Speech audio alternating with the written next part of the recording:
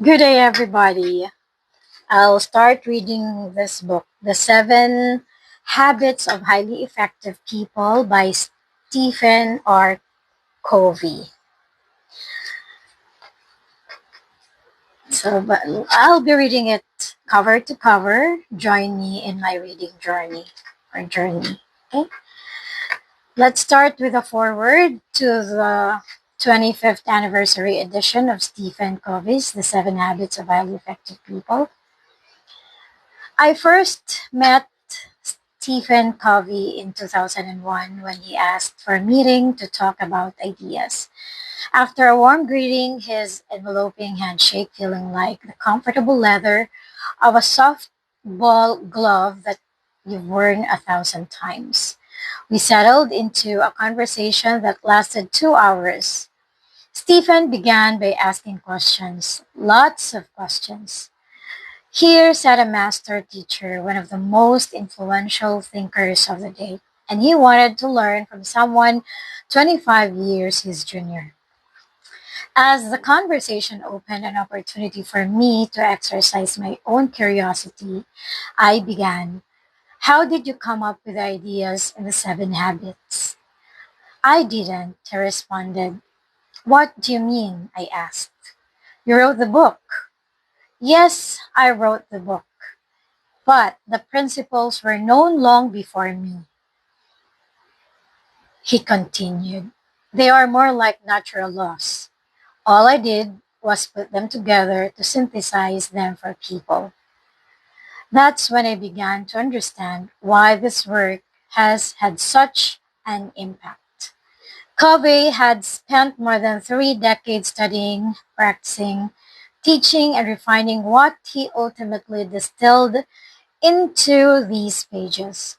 He did not seek credit for the principles, he sought to teach the principles to make them accessible. He saw creating the seven habits not primarily as a means to his own success, but as an act of service. When Bob Whitman, chief executive of Franklin Covey, called to ask if I would consider writing foreword for the 25th anniversary edition of the Seven Habits of Highly Effective People, I responded first by rereading the entire book. I'd read it shortly after its initial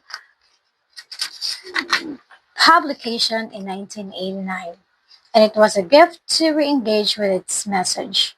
I also wanted to recalibrate what makes it an enduring classic. I see four factors that contributed to its rarefied stature. Number one, Covey created a user interface organized into a coherent conceptual framework made highly accessible by Covey's strong writing.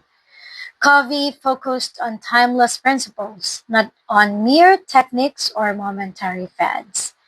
Covey wrote primarily about building character, not about achieving success, and thereby helped people become not just more effective individuals, but better leaders.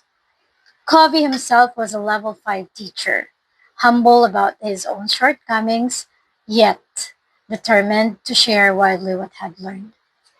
Stephen Covey was a master synthesizer. I think of what he did for personal effectiveness as analogous to what the graphical user interface with for personal computers.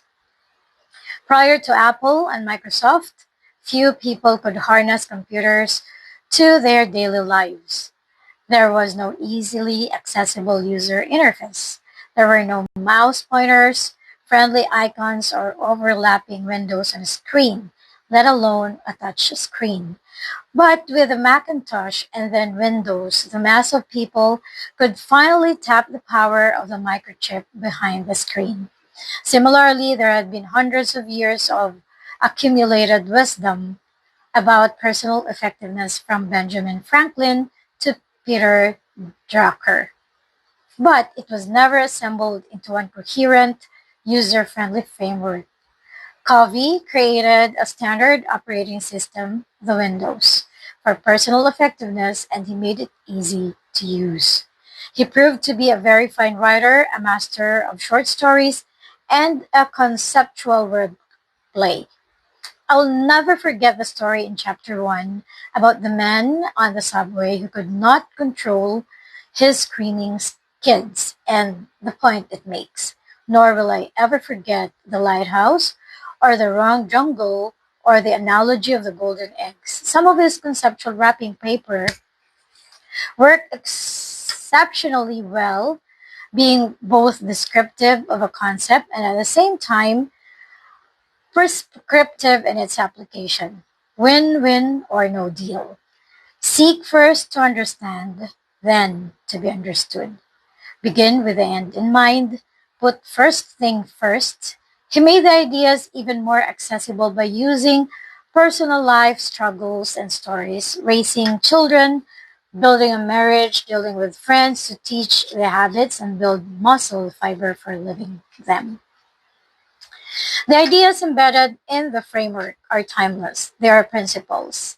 This is why they work and why they speak to people in all age groups around the globe. In a world of change, disruption, chaos, and relentless uncertainty, people crave an anchor point, a set of constructs to give them guidance in the face of turbulence.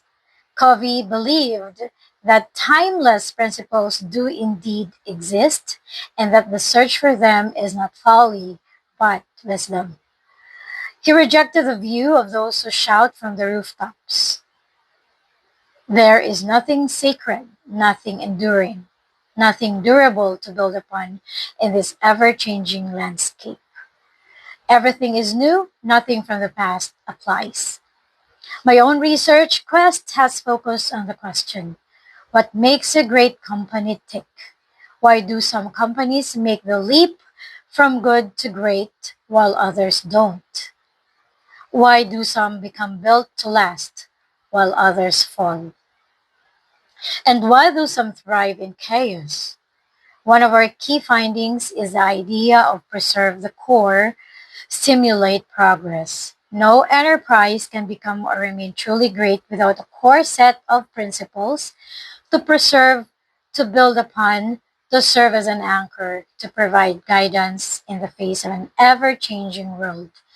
At the same time, no company can remain great without stimulating progress, change, renewal, improvement, and the pursuit of BHAGs, big, hairy, audacious goals. When you blend these two together, preserve the core and stimulate progress, you get a magical dialectic that keeps a company or organization vibrant over time.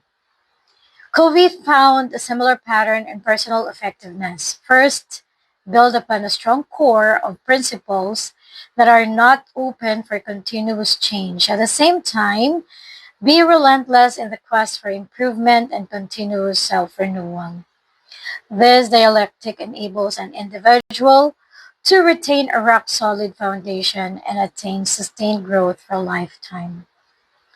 But I think the most important aspect of the seven habits, what makes it not just practical but profound, is its emphasis on building character rather than attaining success.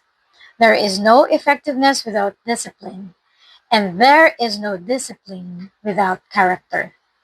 While writing these forward, I'm in the midst of finishing a 2-year journey as the class of 1951 chair for the study of leadership at the United States Military Academy at West Point. I've come to a personal belief that a key ingredient in the West Point recipe is the idea that great leadership begins first with character, that leadership is primarily a function of who you are, for this is the foundation for everything you do. How do you build leaders? You first build character. And that is why I see the seven habits as not just about personal effectiveness, but about leadership development. As I reflect upon some of the exceptional leaders I've studied in my research, I'm struck by how Covey's principles are manifested in many of their stories. Let me focus on one of my favorite cases, Bill Gates. It's become fashionable in recent years to attribute the outside success of someone like Bill Gates to luck, to being in the right place at the right time. But if you think about it, this argument falls apart.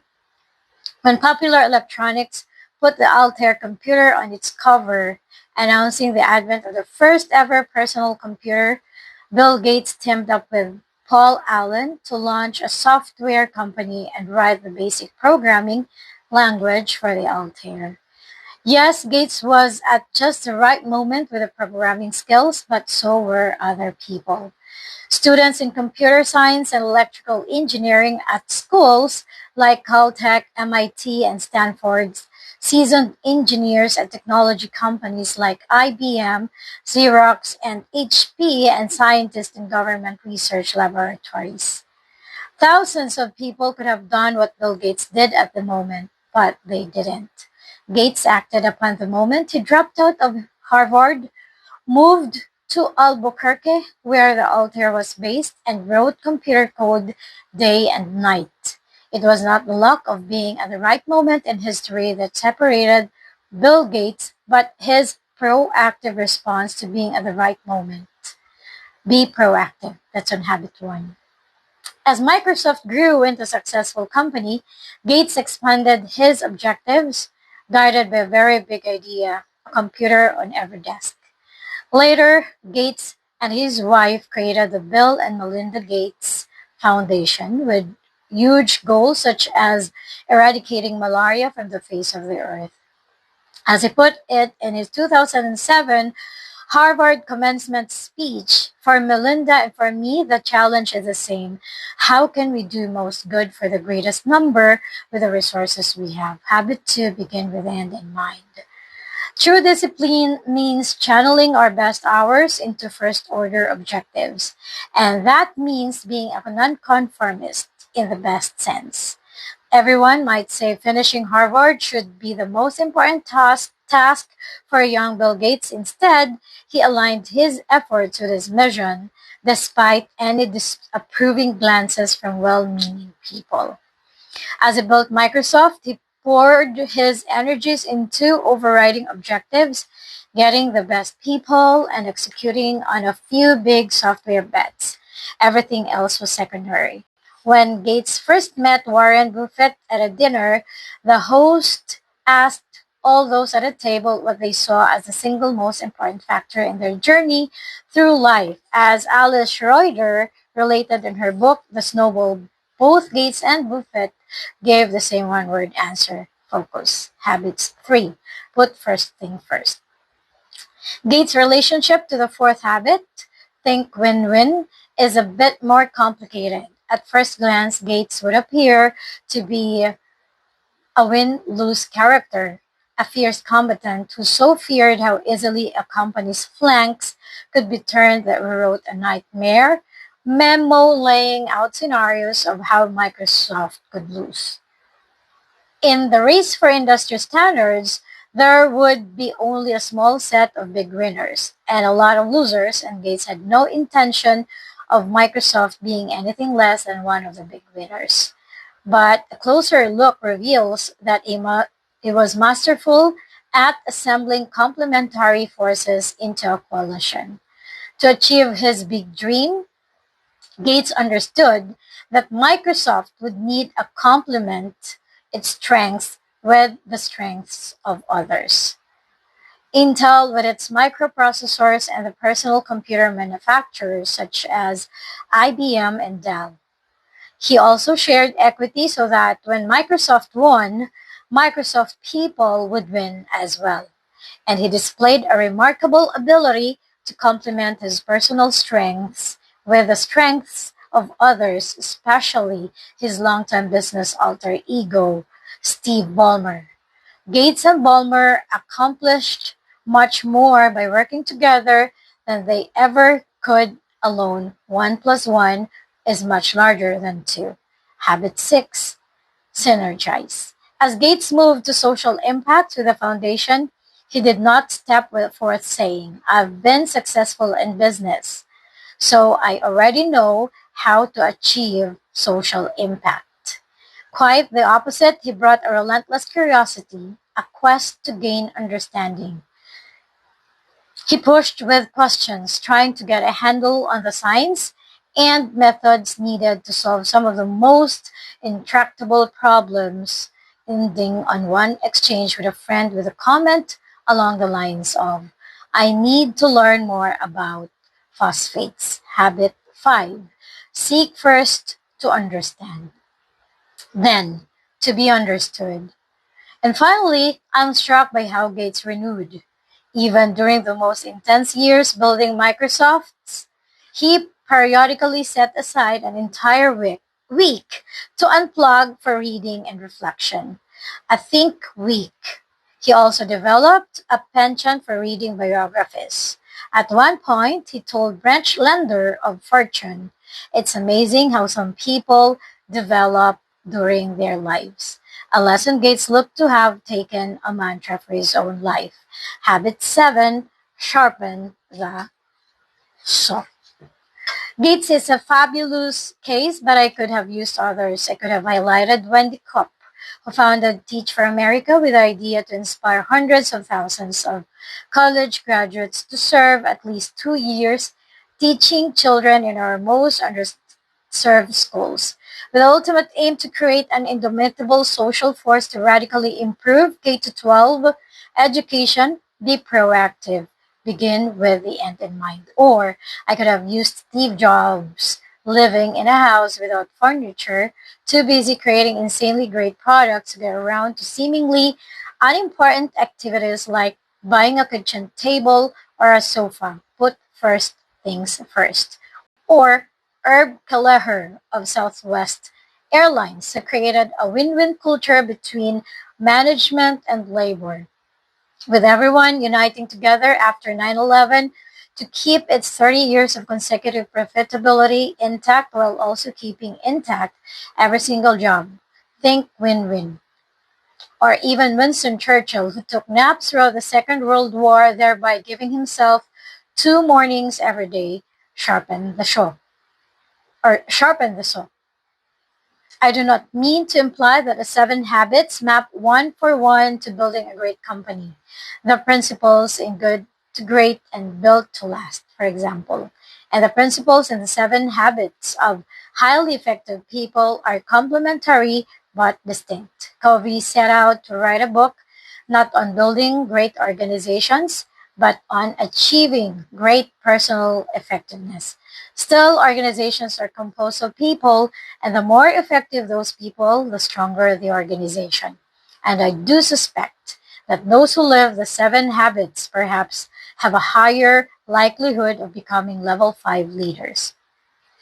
Those rare transformational figures I wrote so much about in Good to Great. Level 5 leaders display a paradoxical combination of personal humility and professional will, channeling their energy, drive, creativity, and discipline into something larger and more enduring than themselves. They are ambitious, to be sure, but for a purpose beyond themselves, be it building a great company, changing the world, or achieving some great objectives that's ultimately not about them. One of the most important variables in whether an enterprise remains great lies in a simple question: what is the truth about the inner motivations, character, and ambition of those who hold power? Their true internal motivations will absolutely show up in their decisions and actions, if not immediately, then over time, and certainly under duress, no matter what they say or how they pose. And thus we return full circle to a central tenet of Covey's framework: build inner character first. Private victory before public victory. And that brings me to Stephen Covey himself as a level 5 teacher. Throughout his rather miraculous career, he displayed a disarming humility about his impact and influence, combined with an indomitable will to help people grasp the ideas. He genuinely believed the world would be a better place if people inly lived the 7 habits. And that belief shines through these pages. As a level 5 teacher, Stephen Covey did his human best to live what he taught. He said that he personally struggled most with five habits. Seek first to understand, then to be understood. There is a great irony in this, as he first went on a multi-decade intellectual journey to gain understanding before he wrote the book. He was first and foremost a learner who became a teacher, then a teacher who learned to write, and in so doing, made his teaching enduring. In Habit 2, Stephen challenges us to envision our own funeral and consider what would you like each of the speakers to say about you and your life. What character would you like them to have seen in you? What contributions, what achievements would you want them to remember? I suspect he would be very pleased with how it turned out for him. No person lasts forever, but books and ideas can endure. When you engage with these pages, you will be engaging with Stephen Covey at the peak of his powers. You can feel him reaching out from the text to say, here, I really believe this. Let me help you. I want you to get this, to learn from it. I want you to grow, to be better, to contribute more, to make a life that matters. His life is done, but his work is not. It continues right there in this book, as alive today as when first written. The Seven Habits of Highly Effective People in 25 years young, off to a very strong start indeed. Jim Collins, Boulder, Colorado, July 2013. All right, thank you so much, everyone. So we extended the reading time. Just finished the forward. Hope you are not bored.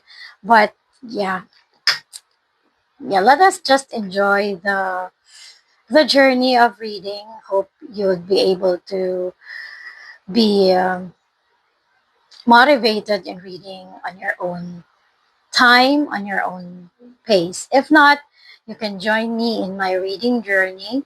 Read it while you're sleeping, while you're doing some work or whatnot. So have a wonderful day, great day. Uh, have a wonderful day. Take care, and I'll see you again. God bless.